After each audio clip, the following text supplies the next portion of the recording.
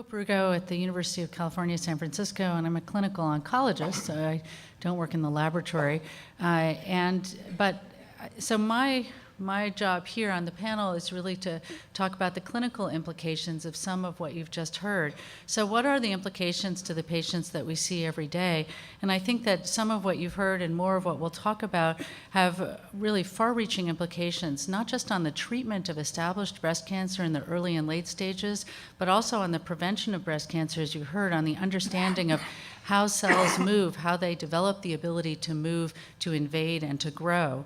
So our goal is to be smarter in our understanding of the biology of cancer and then apply that understanding to treatment. And so our understanding now is broadened. So it used to be, as Larry said earlier, that what we were really thinking about was treating the cancer. So, the traditional chemotherapy that we use that's very effective, of course, kills global cells, and we all know that. It kills normal cells as well. But in an understanding of the differences between what drives cell growth, we hope to be able to target cancer cells more specifically and also understand the host factors that allow cancers to grow.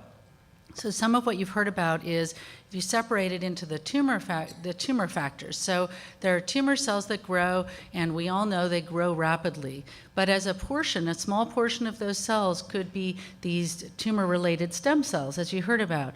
So when we look at cancers over time, what we want to understand is whether our drugs are killing just the rapidly growing cells, or whether we can actually individualize our therapy to kill those stem cells, those cancer stem cells, that repopulate and grow again, to grow more cancers, to allow cancers to metastasize, to recur many years later.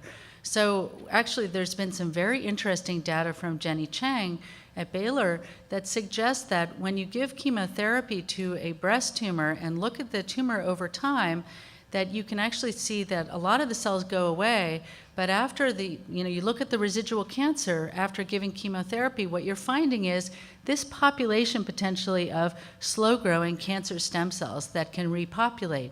And then in one specific form of breast cancer, giving the targeted biologic agent could kill those stem cells so that the cancer doesn't have an opportunity to grow again.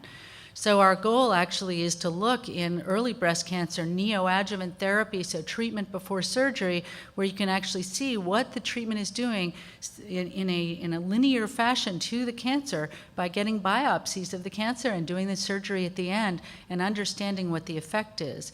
And one of the things we're very interested in as well is looking in the blood at cancer cells that can be in the blood and see, are there these stem cells in the blood that could repopulate the cancer later? On the other side, we want to understand the patient themselves. What factors in the patient actually allow cancers to grow or don't? So it could be things that are in our bodies. We might be able to affect them in some ways. It could be the structure that provides an environment for cancer cells to grow, and that we could use drugs that don't kill cells but actually change that environment. Or it could be things that are outside of us that we can affect by changing our diet or exercise.